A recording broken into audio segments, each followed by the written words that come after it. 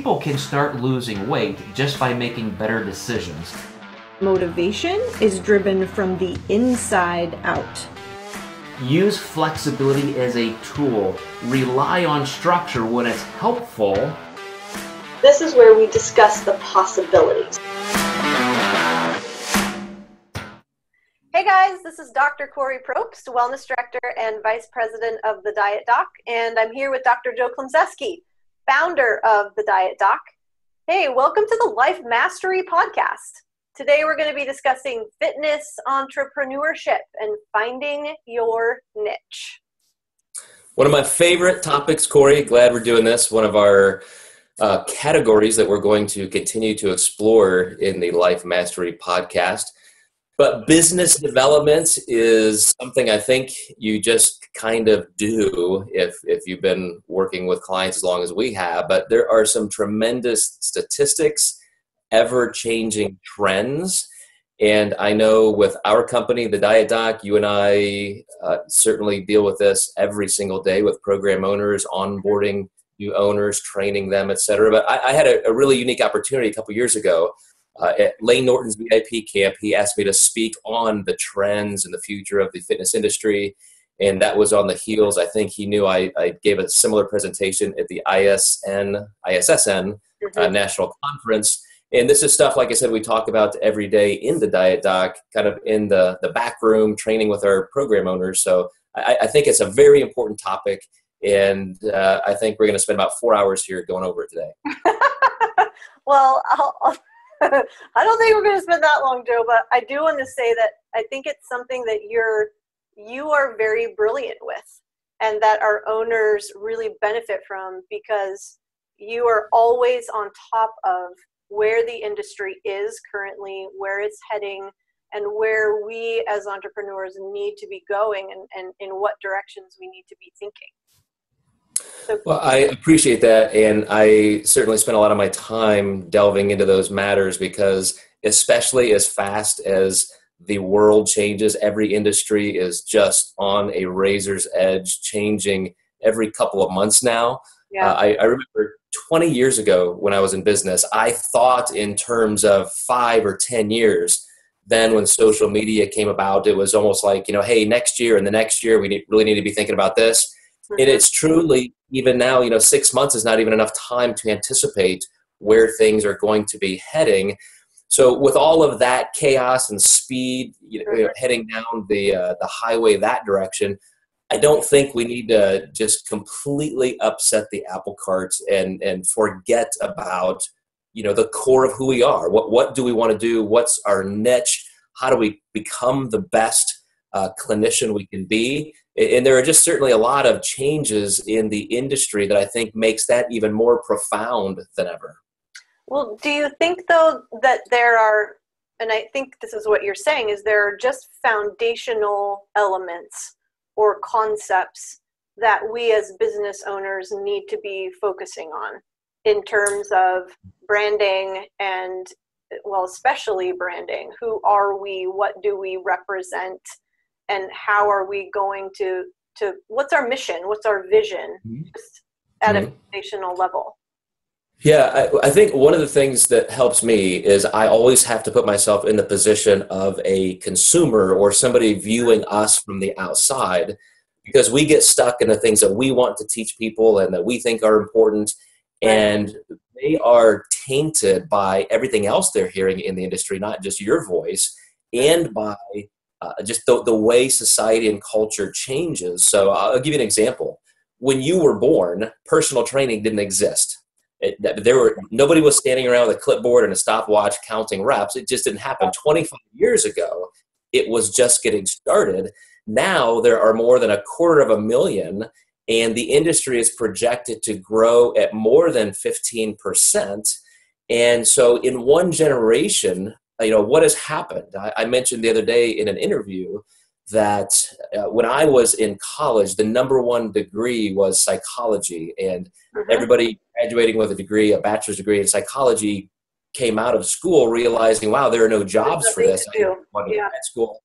And exercise science is very similar. Unless you're going to go on to, further academics, you're stuck being an entrepreneur, whether you wanted to or not.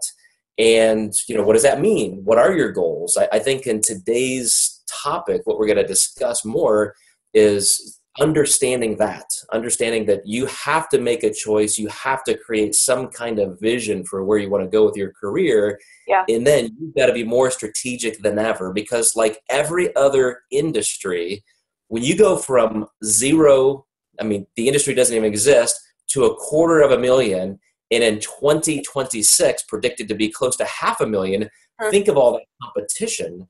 And this is really hitting the bottom line. Did you know the average personal trainer, actually the U.S. Bureau of Labor Statistics says that the average personal trainer makes $36,000 a year.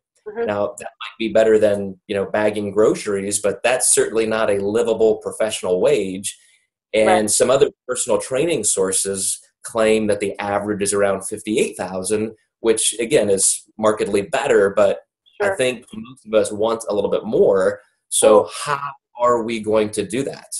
Right. So, I think I hear you saying we need to figure out how to differentiate ourselves. And you're really, you're describing my history there. So I got my bachelor's in exercise physiology and was doing personal training, and very, very quickly realized I'm really going nowhere. There's nowhere for me to go here unless I create my own business, which I did. But then I went back to school to get my master's in psychology, counseling. And then it really was about building my own business and having a private practice. And of course that evolved, like I'm with a diet doc now. But so let's look at, if you are a personal trainer, how then do you differentiate yourself to become more of an expert, someone that consumers will look to for the best information out there and want to work with? Yeah, so this is where it really helps to keep your finger on the pulse of exactly where society is, because if you would have asked me that 10 years ago, maybe 15 years ago, I would have said, hey, all these big box chains, you've got Lifetime Fitness with 120,000 square foot facilities. They've got 30 personal trainers on staff. You can become a floor supervisor. You can become a training manager. You can do this. There was all that scalability. And now, what they're predicting for the next 20 years, and I completely see this happening already, is the entire market is moving toward more boutique shops. Everybody wants an expert. So the two of the three biggest trends in our industry are that consumers are looking for educated professionals. Everybody wants their personal trainer, not to be somebody who was just flipping burgers last week and then they got a weekend certification. They want somebody who really understands physical medicine, physiology, things like that, so that they can progress them in ways that are not just competent, but very challenging and so forth. Okay. The other thing is nutrition is obviously one of those big tack-on parts of personal training, but there are some legal and strategic planning nuances that I think everybody needs to consider. First of all, a lot of even smaller gym owners now know that unless you're a medical doctor or registered dietitian, it's illegal for you to do nutrition consulting. And so, again, what are you going to do? That's why we at the Diet Doc have a registered dietitian on staff, 2 medical directors on staff. So everything that we do, all of our curriculum is run by them, and they're available for our program owners and all that. But that's just how we get through that legal challenge.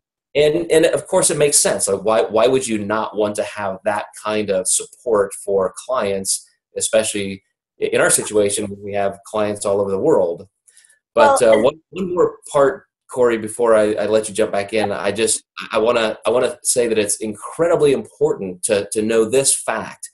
When I said that the average personal trainer makes $36,000 to $58,000, if you look up nutrition consulting as an entrepreneurial career, you'll see that instead of $500,000 to a little bit under that right now, personal trainers, there are about 70,000 listed nutrition consultants. So I would imagine a lot of those are personal trainers who do nutrition consulting also.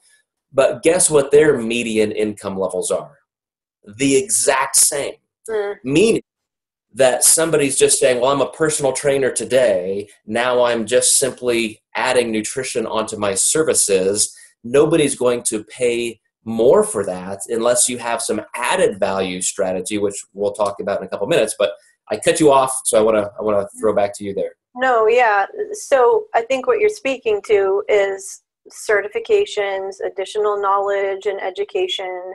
And I keep thinking that because the market is so saturated with personal trainers and everyone offering nutrition coaching who probably doesn't have the expertise, that they really need to do it well and accurately and effectively and safely, that it's really consumers, they're becoming a bit more savvy because there's so many choices, so they have to be super careful about who they're choosing. And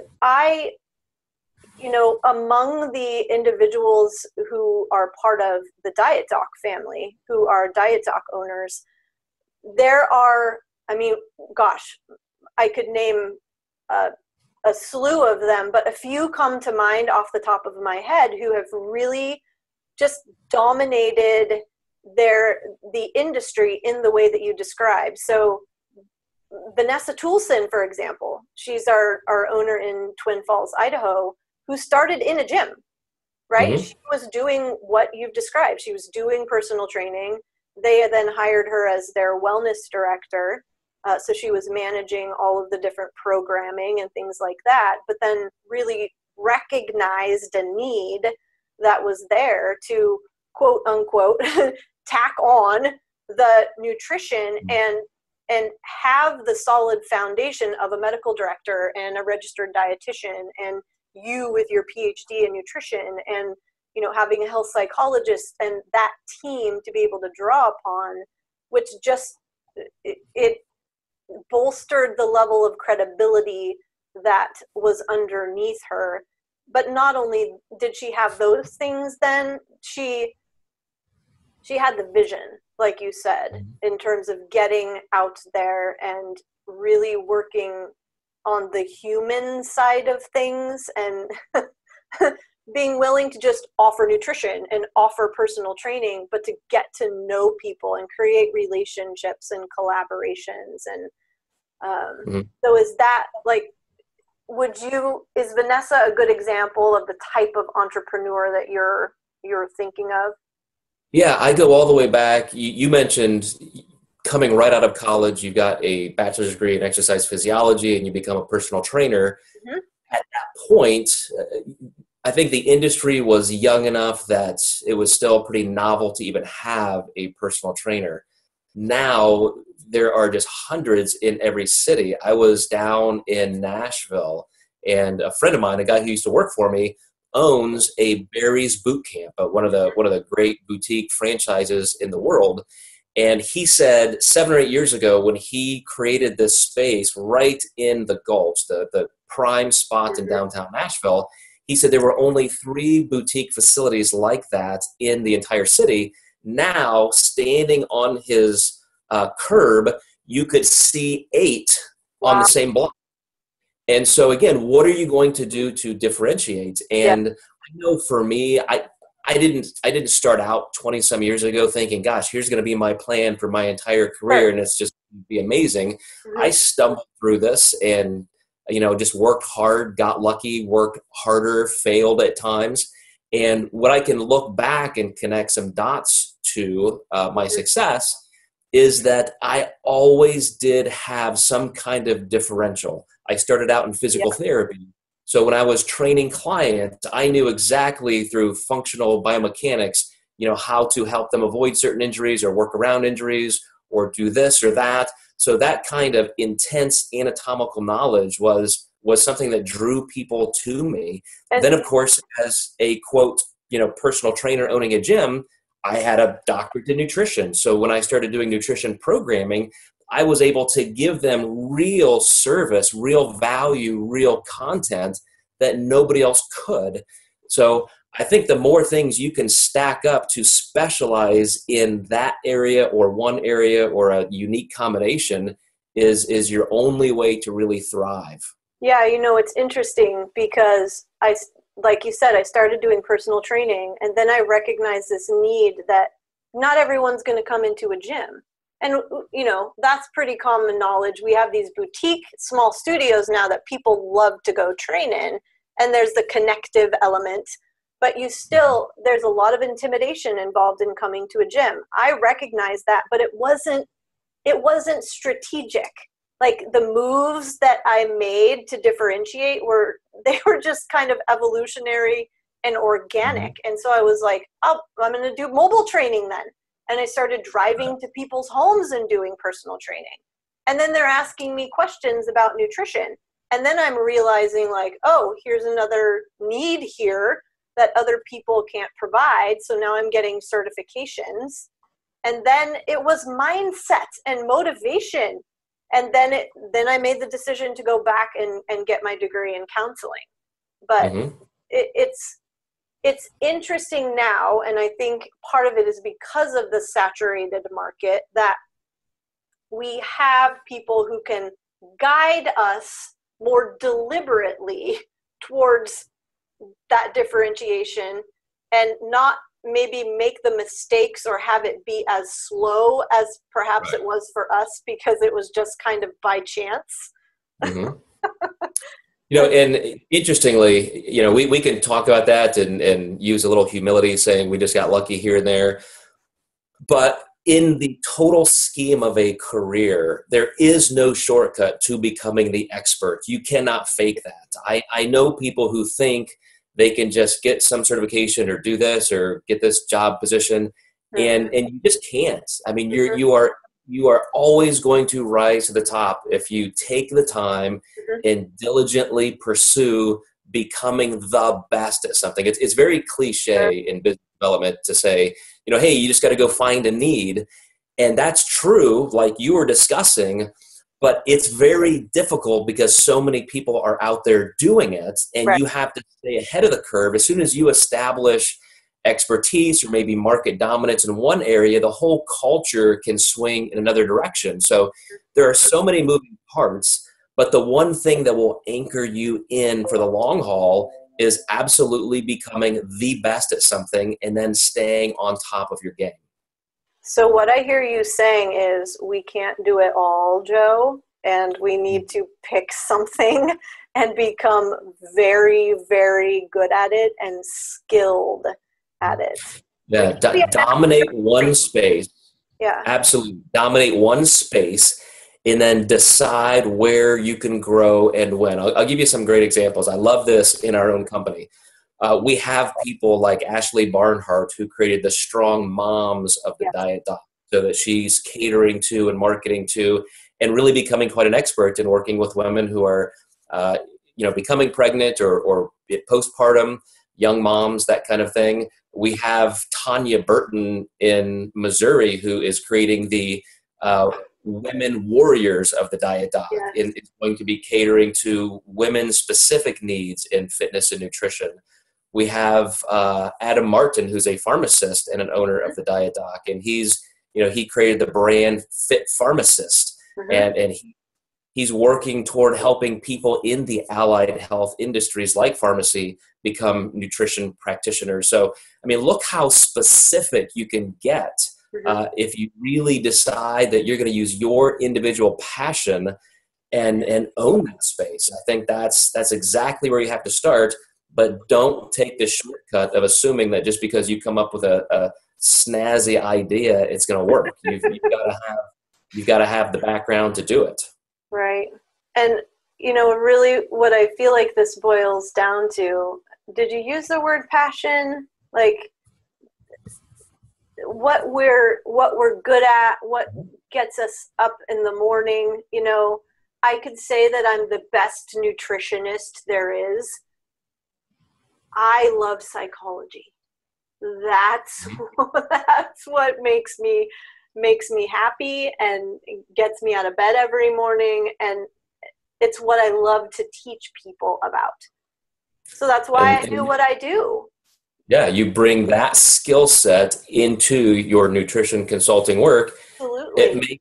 It makes you different. It makes you more valuable, but the impact you have on clients is real.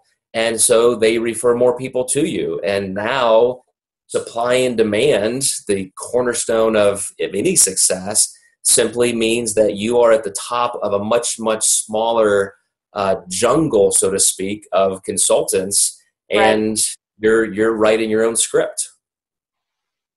Awesome. So, I love this topic. I do too. I get so galvanized about it. So put this in summary for us, Joe.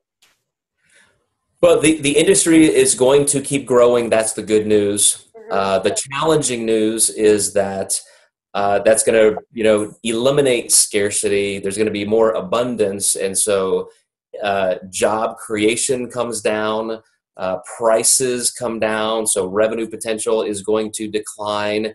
But all of that is the industry in mass. If you take the time to create expertise and real value through your training, your education, your business skill, as well as maybe creating the right connections with people, you can start carving out a path that's very unique to you, and you can still win. I mean, in every single market, even a down market, even where an industry is becoming saturated, leaders still emerge, and those leaders are followed. They become the dominant voices of the industry, and that's available to anybody who's willing to do the work.